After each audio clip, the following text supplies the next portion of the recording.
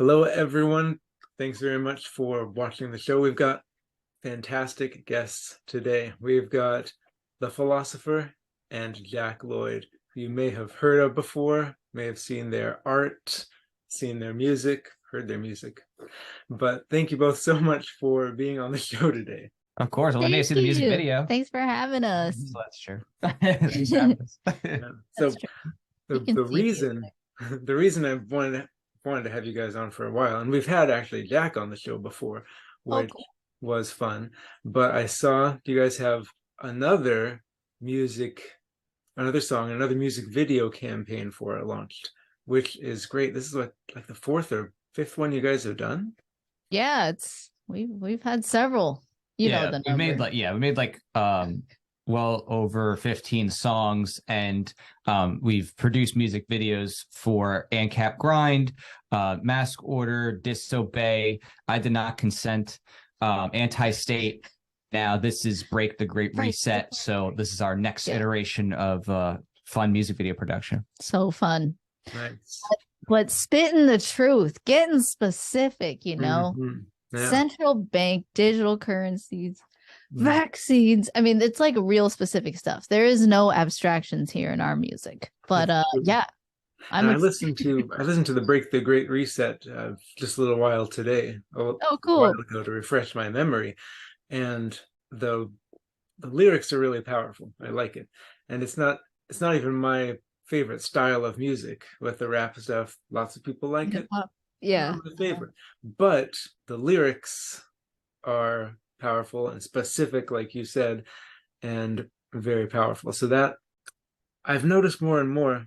It's funny because I came to this freedom philosophy mostly through books, but I'm learning more and more as I talk to more people.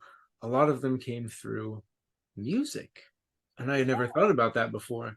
But it seems like part of what you guys are doing is pushing it on that front, and I think that's really amazing. Yeah, definitely. Huh. Yeah, I would say, if I can probably speak to that too, like in the mainstream, there's a number of different bands out there that definitely have messages in there that are either direct or encoded, talking about what the government's doing, that's bad, or talking about human freedom, like some of your favorite rap groups. My favorite one is Dead Prez's album, and specifically their album Let's Get Free. I mean, it's they have a socialist bent, but I would call them more culturally socialist. In that they're more about, voluntary community organizing, not necessarily let's gather all the capitalists and, burn them at the stake. You know what I mean? Like, it's different. Yes. So, and that music was like, hey, let's talk about the public school system. Let's talk about what is the state. The state is the police state, the courts, they have a lot of really good songs. And I realized that's what helped me be more aware, not just their music, but music of the genre of hip hop and rap, which, I mean, you may have seen from my music. I do have, a tendency towards those genres. And it's kind of the anthems or the songs that really kept me going through my childhood and adolescence into adulthood, and learning about the world, learning how to be strong and to analyze what's in front of you, and not be afraid to call things out clearly and eloquently, which specifically rap in its origin was about. If you go back to early rap, it's really articulate and clear. And there is a big focus on trying to be really unique and have, big words coming in that really rhyme and to flow really well at the same time as being intelligent and saying things. So anyway, yeah, that's really cool that a lot of people have come through music. I realized it's a big influence for me too. Yeah, sure. there's a deeper emotional component that you can get with music, and the rhythms can get stuck in your head, and therefore the words can get stuck in your head, and so you can have a big impact. The whole vibe. Exactly. But so I have, changing topics though, I have a confession to make. So for a long time I thought you were the Pholosopher instead of the Philosopher. I said that in the beginning. Don't worry, I say this to everybody. I'm like, you're American, I'm American, we learn how to speak English, so you're just pronouncing it, plus I don't have those extra characters which would make you go, oh, what is Something different is happening here. right? Something different's happening other than English. A misspelling of English. Can't tell you how many comments I've gotten like throughout all these years now, like 7 years of just like, hey, you're the philosopher. You don't even know how to spell philosophy. Oh. I'm like, I know. I'm like, okay, so I like pho and I like philosophy. And then they're like, well. So anyway, so yeah, but don't It's a fun worry. play on words. I didn't know Yeah, what pho was for a long time. My knowledge of Asian cuisine was teriyaki and sushi, and that was it. So it's normal, right? Like there's more to Mexican food than like tacos and burritos. true, true. There's like siete mares soup, which I haven't had in so long. It sounds good though. It sounds good. Yeah, it's like a seafood soup. Nice, nice. Excuse me. Oh, bless. For this, are you guys planning on doing like a similar style for this new music video, or are you gonna switch it up? What do you think? Tell us, Jack. So for this type of music video, we have a goal in mind. We're looking to get to 10K, which would, really expand what we can do. In the past, we've kind of had a balance between being able to allocate budget toward props and extras versus cinema quality. And we've just noticed that, from feedback from other people, they said that they prefer that we resource toward cinema quality. And of course, it makes sense. Yeah, so, obviously, if we can get to goal, we can afford both cinema quality and all the extra props and actors and things like that we'd like. If we don't reach goal, we will focus on cinema quality and fewer props and extras, that kind of thing. So I would say, at a minimum, we probably would shoot this something in the style of what we just did with Anti-State, really focusing on environment visuals and that kind of thing. I'd say that we're going to be continuing from here on out to focus on the overall aesthetic and video and editing quality over like what we did in Disobey, where we allocated more of the budget to having lots of extras and extra props and gags and stuff like that. Lots of props and skits, because we had to shoot it over several days. We had multiple teams. Yeah, we had of 3 extra, shooting days. That was the longest one. Yeah, it was pretty long. So we had several rounds of different extra sets. So we had different groups of people for different days and different scenes and stuff like that. And that's a big orchestration and big risk too, because you have to deal with the weather and someone gets sick or someone doesn't show up. So there's a lot that goes into it. So so many props. Yeah, little bad setups, like that one was fun though. I liked all of the different stuff that was happening. Yeah. But I can also see the advantage of having it more polished and professional. So one's clippable. So we're going to lean in on that direction. And that's what we're going to continue from here on out is cinema quality first. And then if we hit goal and make it budget, then we'll be happy to get in more people to partake in it and to get more and more props and gags in the shots. So yeah, but priority and the guarantee is that it will be cinema quality. So that's the focus for sure. So yeah. Great. So this is where you are now, but I've got to ask, we got to go back. How did you guys get started with all of the freedom philosophy and freedom movement? Oh, well, we each have our own stories. Nice. Here, I'll start and then Jack can go. So for me, I started around actually like the same, like a little after meeting Jack. And I saw what he was doing with Anarchy Ball, and he had the Voluntaryist comic series, which I guess you could say drew me to him in the first place. I was like, oh, wow, you got the memes. Oh, cool. The comics. And, wow, you must be really passionate about this stuff. So, we got to talking, and sure enough. So I got inspired to just through conversations and just having followed my own like content creators in the past, especially Stefan Molyneux, who's a really big influence for me. I know he's a very controversial figure, but at least in my origins, he really was like, I can say a big contributor of my founding philosophy and he was just that, somebody who taught me how to really value philosophy and think of it in a way beyond just what I thought in school, which was, okay, it's just some guy who sits on a rock all day and he just thinks. Just thinking and talking. Yeah. yeah, like I had this really simplistic view, and I was like, oh no, in specificity, a philosopher now in my mind is someone who really values truth above falsehood, no matter what, and you're not tied to conclusions and what you want the truth to be. You're really dedicated to what and studying what the truth is, as close as you can. Good way to think about it. Yeah, so he was my beginning, and I first kind of got into it though, like Stefan stuff, as just more into the psychology aspect of like relationships, especially personal relationships at home. That's what I was going through, and just trying to figure out all these different things in my life. And so that was like way back in 2012. And I didn't actually come out and start the Philosopher until 2016, 2015, late 2015. But really in 2016 is when I started making videos. So I had all that time to really think about this and, apply it in my own life and figure it out. And not that I figured it all out. I've definitely been figuring still more. And it's almost like a wonder of like, wow, so many more things to grow and learn. I guess it never stops. But comparing to where I was and when I first, met Stefan, it's worlds different.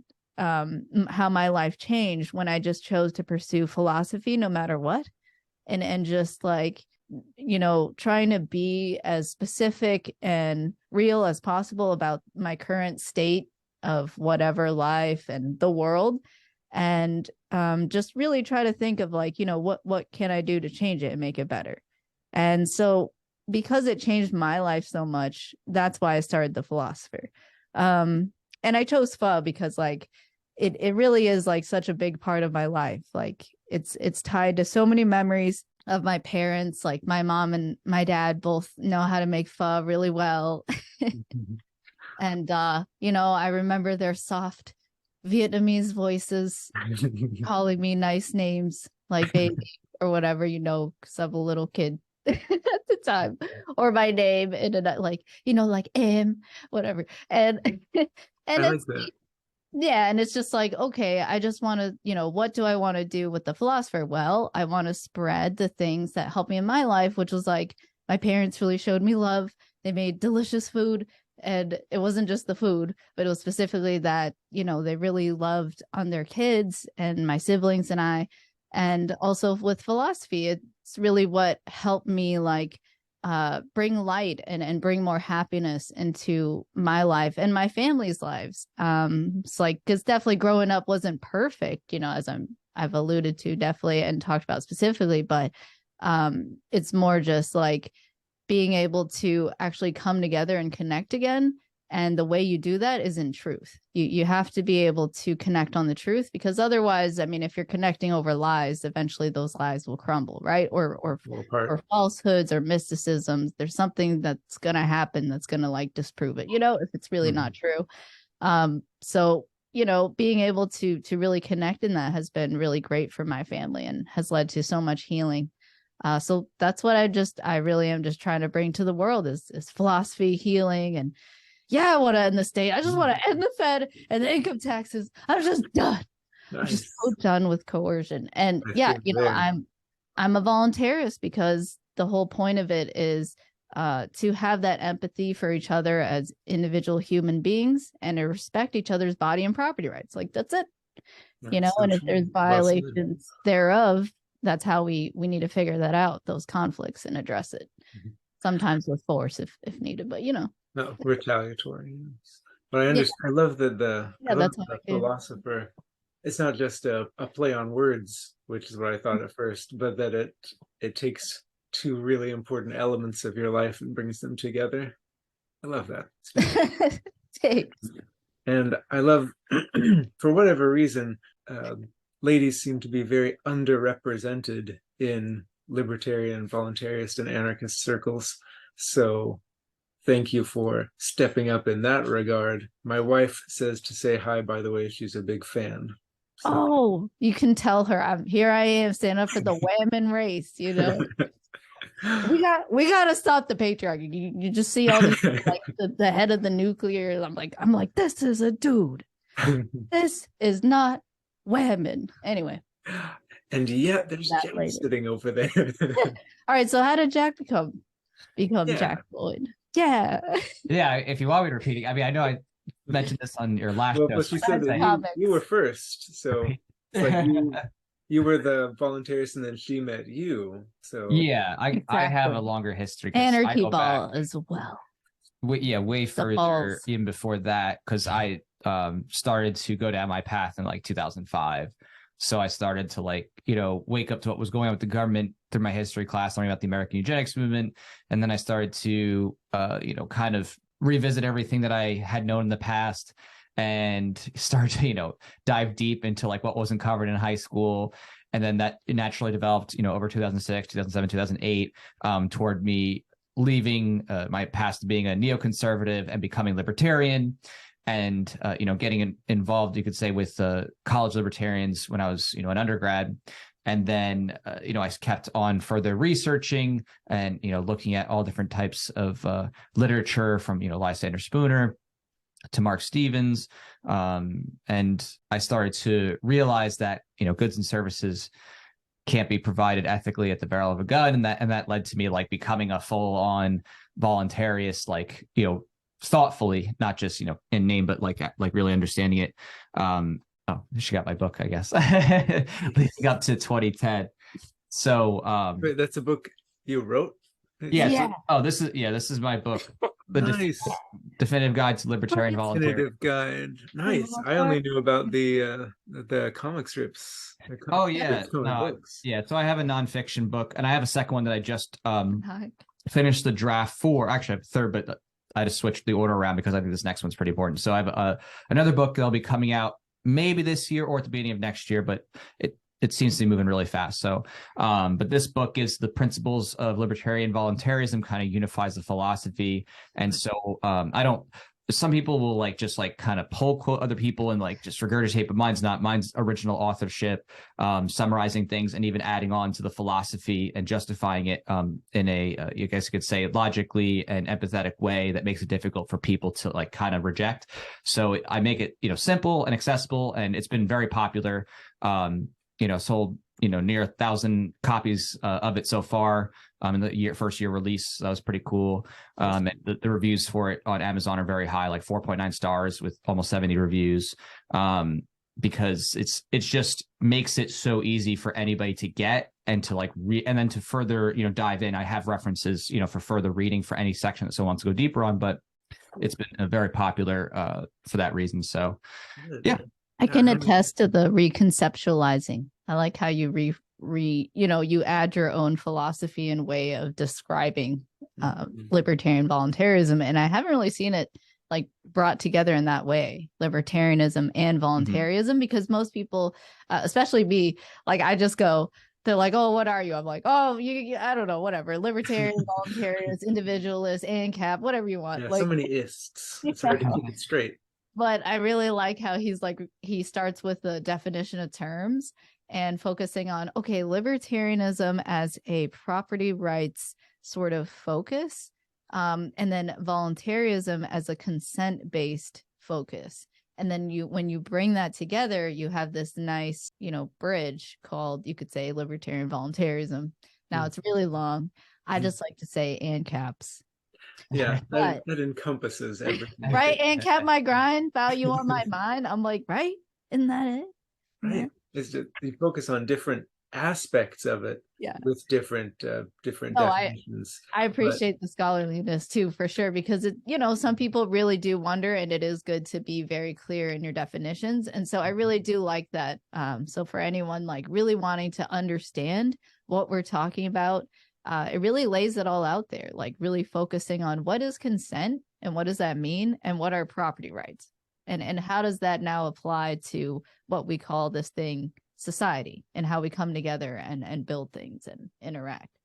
I love it. Yeah. So we got you guys going from the music angle and the intellectual angle with the book, and I've also got the story angle with the voluntarist comics. I don't work too hard on the other things, by the way, because I'm still waiting for the end of the arc of the voluntarist origins. I've got back on my shelf there all the other Oh, that's awesome. Yeah, so the comics for that is the 6th issue, the end of that, have all been printed. I've shipped out for this Origin 6 campaign everything up through just before the people who get the signed copies, because I was waiting for still one more art piece that will go with some of those things. And then actually we just finished the colors for the Origins 1 remaster, and I'm working the letters on those right now, working on Origins 2 remaster. So everything's going, perfectly according to schedule. Everything's going great. And then the digital, I think,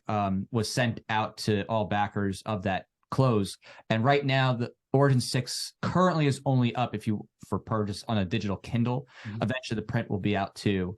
Mm-hmm. But yeah, it's been a lot of fun to close out this arc of the comic series and do the remaster. So that was the biggest thing, was that because my first 2 issues were done with a different company that went defunct, I was like, okay, great, I gotta bring these comics into alignment with everything else. And there was also some like lettering, like spacing issues and stuff like that. So I've been doing the lettering myself, and the artwork now is all uniform and it looks like stellar. Like, I'm so impressed with this, and this is what I was hoping. The lettering is different, the space is different. Right, it's gonna read differently too. Right, and I made some updates and stuff like that, a little bit to the language, and made it better. So Voluntaryism is going to be, that whole arc is going to be in a trade paperback compendium in addition to the single issues that'll run like 180, 190 pages. And that's the thing that I'm going to be. I can't wait to hold it. Me too. I'm going to be putting hopefully into stores, because that now I'm finally, proud of, now that everything is going to be uniform and perfect. And that will be like the flagship title with hopefully this fall, maybe Christmas Arena if necessary, starting the next campaign. So once fulfillment's done with this past campaign and everything's wrapped, because there's just so much to do. I mean, it's the equivalent of doing 4 campaigns with the remasters and the expansions. Right. It's huge. It's the biggest thing I've ever done, because it was the highest funded Voluntaryist of all time, most successful of all time. So there's a lot of work to do. It's a unique medium. The shipping is different as well, because now it's not a one flat comic, it's a trade paperback. So we're gonna right, for that I had to go get some special I guess you could say cardboard magazine mailers, like different things that I have to do, because what I'm going to ship out with these bigger ones, they're going to naturally need a little bit more space and protection because it's so thick. So yeah, lots of different updates and changes, but are you saying things are scarce? Great, and everything looks amazing, so I'm pretty stoked. Are you saying things are scarce in time and space? What? Yeah, we can't just have infinite comics. Yeah, well, digitally almost. Well, someone's still got to make them. Yeah. Right. I got the digital one, but I haven't. Jokes in there. I missed the 5th one. The 5th. Yeah, the 5th one. So I'm waiting until I get all of the physical ones, so I can just read them right through. Well, that should be on that note too. So technically, like, those are available for sale on Indie Planet right now, but with this last campaign, we also are doing remasters of the covers. So the issue 3, 4, and 5 are going to get brand new covers with the remasters that I did. So there'll be, a new edition, you could say, that comes out with these updated interiors and the covers redone with a different artist that's like really high quality. So, and I've been working those, they're super cool. So basically, by the time I'm done with this, Voluntaryist is going to have like a whole new high level, complete package aesthetic, start to finish, 1st through 6th Origins issues, and of course a trade paperback being offered too for those who want, all in one. So it's gonna be super like cool. Me. What you did there, I want that all. Yeah. Oh, you get it. I'll give you one. I think. I'm gonna shake it like that. That would be cool. I think I backed at the level of getting all 6 remastered. So. Right. So that would be one to still wait on, because we gotta finish it. Yeah, we got to finish that up. And then order each. Okay. It just when you see it, you'll be like, oh, okay, that was worth doing, because it is a whole new level of quality and aesthetic between me doing the lettering directly and basically having the continuity of the same primary artist and colorist throughout. And I think it's going to really be like, okay. I want to know what happens next. Like, you're gonna get to that, like, okay, I need to know what happens the next arc now. Like, it's that level. Yeah. Are you saying it ends on a cliffhanger though? So I mean, it definitely, because the Voluntaryist story, is technically unlimited. So while there's certainly closures to arcs or possibly characters that may or may not come to an end in the future, I've written the universe in such a way that there is literally an unlimited, you could say, progression in time of things to do with it. And I'm not talking about, with other series like, well, we'll just have a multiverse and it's nonsense. I do the There's Eric a July canon thing. story. No, there's a canon story, and it's just that you can follow. There's that many characters for side arcs, and I have a very specific, I guess you could say, a trope and end goal with the series that not only talks about the nature of what is, but also what is to come. And that's where this Voluntary's comic universe really gets interesting, especially if you are passionate about liberty. That's the ultimate philosopher. Whoa. Not just what is. The future what if. But what is to. Right, exactly. Is that not the ultimate philosopher? That's the next comic, guys. Cool. Speaking of the philosopher, I wondered, is the anime style character, the philosopher, going to make an appearance eventually in the Voluntary universe? I don't know. It's up to the writer over here. There's a few Asian characters like Voluntaryism and a lot of cosplay opportunities for your Asia, but there's there might be, you could say, some crossover this or that. There's the Easter egg. For those who pay close attention in issue, look at every panel with your eyeballs, scan it. Right. In issue 2, there is a little cameo of her in the background on a shop, and I do that a lot. I put in tons of different future news Easter eggs cameo stuff. Yeah. If you pay close attention to certain things, that there's a lot of symbolism and coded language and that's a part of what I do with my series, is that I always want it to be something that makes you go, what's fake, what's real, what actually, if I go Google this right now, is going to lead me down a crazy rabbit trail. You know what I mean? I want people to actually think deeply about what's going on and compare it to reality, and for them to say, okay, wait, is this like a comic book, or is this like a prophetic book of the future? What is this? That's what I want. Is this I love it when I love it when there are multiple levels like that. You can just read it as a fun story, but you can also look deeper and see layers beneath it. That's really cool. Yeah. Sometimes you use real terms, like you put MK. There's a panel that you could actually look up. I forgot which Origins issue it is. Oh. You better know. Yeah. You wrote it. You orchestrated. Yeah. But there's this panel where it's like puzzle pieces, and it's talking about, I can't get too into detail, someone's backstory. I don't want to give spoilers. Okay, whatever. I was trying to spare somebody. No, it's unique. You'd still want to see it, even if you say a couple things of it. It's too big. Okay, Mac's backstory. So he's just talking about all the things he learned, and then he has these puzzle pieces, and the art's really pretty, and it has over the different puzzle pieces MK Ultra, but also other things. So you could literally look up, it's I don't know, 20 different puzzle pieces on that page, but you could see each of those, okay, is this fiction? Just created by the author, just made up? Or is there something this is actually referencing in real life? Oh no, you could say the Manhattan Project, right? Someone might not know about that particularly, how expensive that was, how ridiculous, how much taxation that was, a result of. So yeah, I really like how you drop those different Easter eggs, and really focus on history too. So we talked about the music, talked about the books. What else is in the future? Some things we cannot say. Thou shalt not say. But no, I'm just kidding. Top secret. But we have more music coming up. We got a lot of events going on this year. This year, especially in terms of what's really top of mind for me, is just going to these different events. So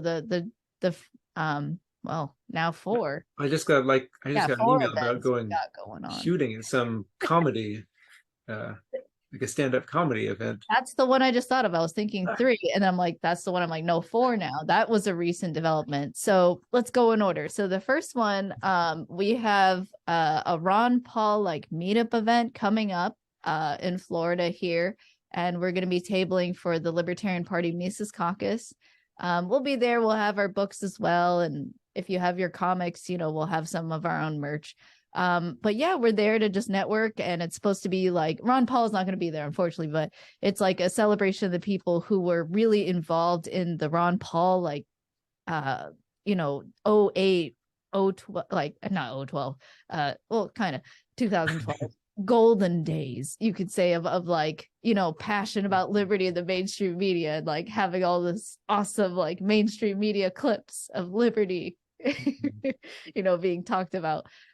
So that's going to be exciting to go to. And then the next event we have is, I guess you're pasting links here, but the next event we have is in Washington. So anyone in the Pacific Northwest or near that area, like Idaho, Vegas, Oregon, Washington State, Canada, California, all those, Utah, all those states, like if you're around Washington State, we're gonna be in, what is this, Woodinville, or is that the city? Yeah, I think so. Which is like near, Seattle, but not in the heart of Seattle. So don't worry, it's not in the heart of Seattle. It's like, suburbia. It's very beautiful there. And yeah, so we're going to actually be headlining, and there's some events, especially that first night, we're going to be doing the mixer. So you could just come hang out with us that Friday night. We're also going to be there that Saturday and Sunday too, for the different things. So yeah, just check that out. That's in Washington, and that's also in March. So both Ron Paul and this event's in March. And then after that, we have a few months until the Pork Fest. So Pork Fest is having their 20th year anniversary. And it's pretty exciting. I actually just finished watching, I mean, maybe it's still ongoing. Okay, never mind. Still ongoing. This docu-series that Boston NBC has put out called Life, Liberty, and the Pursuit of New Hampshire. And it's covering the New Hampshireites and the whole movement of like the Free State Project and everything. So I've never been to Pork Fest. I'm really excited to go and be there. We're not headlining or anything specific, to our knowledge or anything like that. We're there for that whole week, and we're excited to just enjoy ourselves and meet everybody, see what the Pork Fest is all about, and this whole community. So yeah, that's coming up, and I think that's in summer sometime, June, July. June. Okay, June. Yeah, so that's June. And then lastly, we have our own events. I call them events. And we have our third one. We've had two so far, and our third one ever is going to be with Lou Perez. So anyone who knows Lou Perez, he had made skits with We the Internet TV and produced those skits. He still makes skits now, and he has a podcast, and he's still a comedian. And he's really funny. He's really libertarian, really cool. And so we're going to be shooting with Lou, and we're going to try not to shoot him. That's why it's called Don't Shoot Lou. And he's going to be giving a little premiere comedy show at a place that he's probably not used to, because at a comedy club it's very different vibe than like, let's go to a gun range. So we're gonna also have a shooting event. There's 3 different kind of things that you can choose to do. You can do, they're separately ticketed, so you don't have to go to all. You could just pick and choose what you want to do, and that's also in Florida. So yeah, we shared the links there, and yeah, that will be in September. So we got 4 events coming up this year, 2 in March, 1 in June, and our 4th one in September. So we got a lot of things spread out through the year and opportunities for us to connect. And I guess Pacific Northwest and the Southeast. Right. We're kind of 2 hot areas there. Plus working on the music video, plus the we have a secret. Sure. We have a secret book series, another book series in secret production. That'll be announced later, possibly this year. My other book, then of course Voluntarist later this year, and we'll probably record some more songs. Yeah. I don't know if we'll do another music video just with how busy we are, but if for some reason it makes sense to do, we'll do it. But definitely record a couple more songs possibly throughout the year. So yeah, we got a very full year of production. And sounds like it. Get ready for a busy, crazy presidential year next year. I know all the Republicans are getting ready. You know what I mean? Like, it's gonna be nuts next year. Yeah. So with all the So busy stuff annoying. with all the busy stuff you have I going know. on, I want to thank you so much for taking some time to come on the show Thank, and talk about it all. thank you Of so course, thanks for much. having It's us. been a Appreciate it. pleasure. It was really fun. You're welcome. I'm going to get those links. We'll put them in the description for this video so people can look you up everywhere and get involved with all the Wow. great stuff you guys are doing. So Thanks so again, much for thank you doing so much. Thank you so much for watching this video. If you like what we do here, please like, share, subscribe, comment, and go over to our website where you can offer donations, request help, help us help people who are in need voluntarily. And we'll see you next time.